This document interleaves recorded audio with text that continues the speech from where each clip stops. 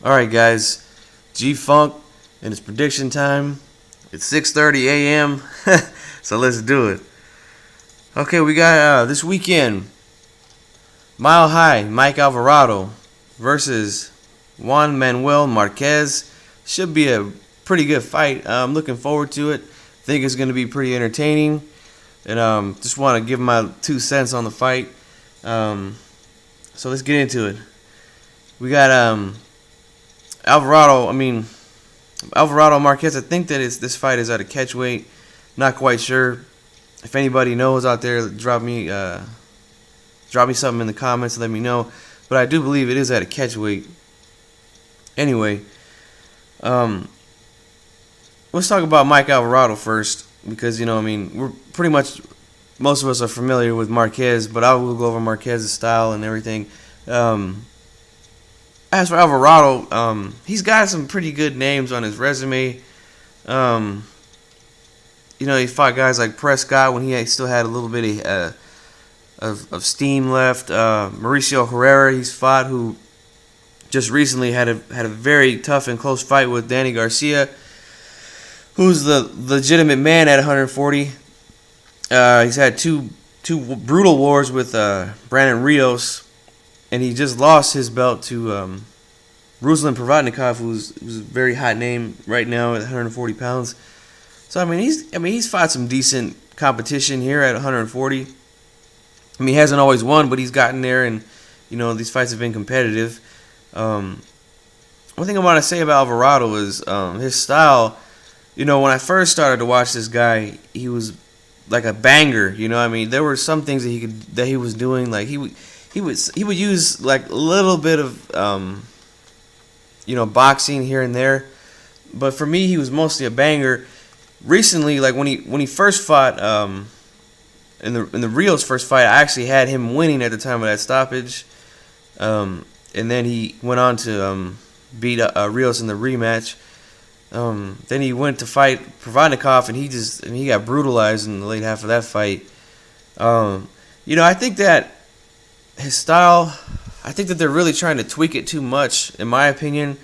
I think that like when he was fighting the guys like Prescott and Herrera, he was more effective, I think. Although he was still taking a lot of punches, and he's been in some wars, man. Back-to-back fights with Rios, they were both brutal, and then he got stopped by Provodnikov. This guy has been in some wars, man, and I'm wondering if that has, if that's going to take, its toll on him going into this fight. I know that they said that they're going old school in the training and stuff like that, and I think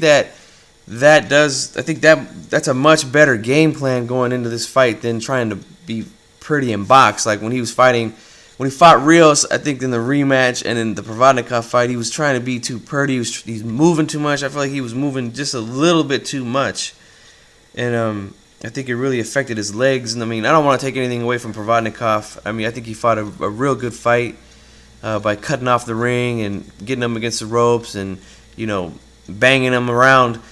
Like I said, I don't want to take anything away from him, but I do think that Alvarado and his team, they did have a real shitty game plan, in my opinion.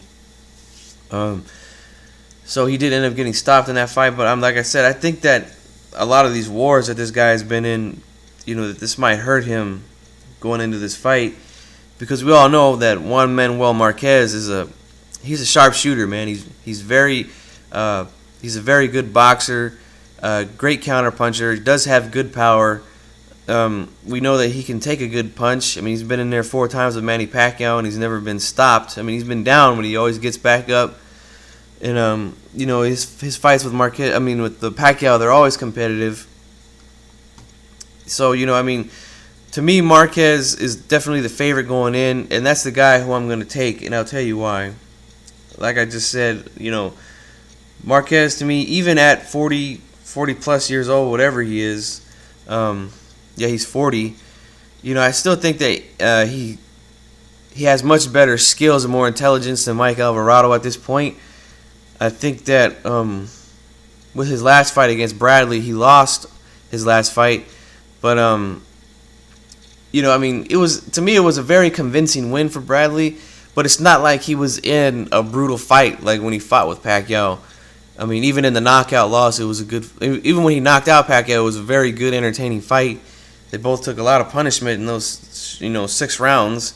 But with Bradley, I mean, we know he obviously doesn't have the punching power of a Pacquiao, but he, he can box, and he outboxed Marquez that night. I thought he won it convincingly, but like I said, it wasn't a brutal fight. So, and Marquez, he still did look pretty sharp in that fight. He did do some good things. He just didn't do enough to win the fight. So I think going into this fight, I think that he's gonna win it. I'm gonna take him, and I actually think he's gonna stop Alvarado. I think it could be possibly late rounds.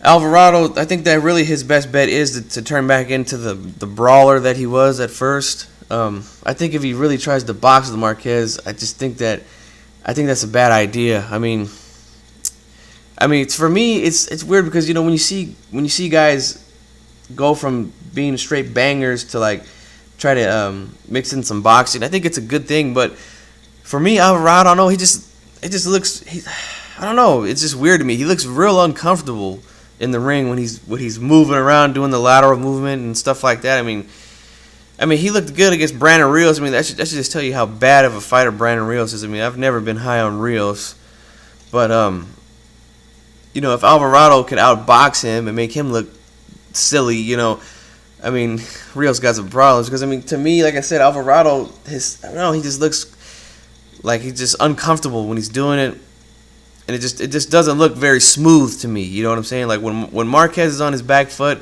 it looks smooth, it looks natural, and he gets good results out of it. Even with the little bit of boxing that he mixed in there, he was still taking a lot of punches, Alvarado. So and don't get me wrong, Marquez, it's not like he is a defensive wizard. I think he's better at making people miss punches than Alvarado is, but he's not. Don't get me wrong, he gets hit a lot too. So that's why I think that it'd be better for Alvarado to come forward and use his jab and try to cut off the ring. Pin this guy against the ropes, and definitely try to force some exchanges because Marquez will exchange with you. But if you try to box with him, and I actually think that Marquez does have the faster hands, and as far as power goes, I probably have to give a slight edge to Alvarado.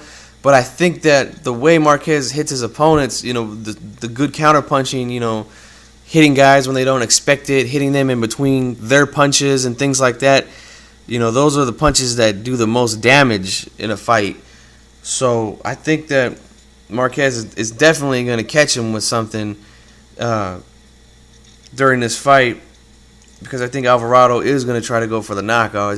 When they say he's going back to his old school training, I think they're going to definitely try to go in there and knock Marquez out. And I don't know. I just don't think he can do it, man. I think he's just a little bit shot after these wars that he's been in, and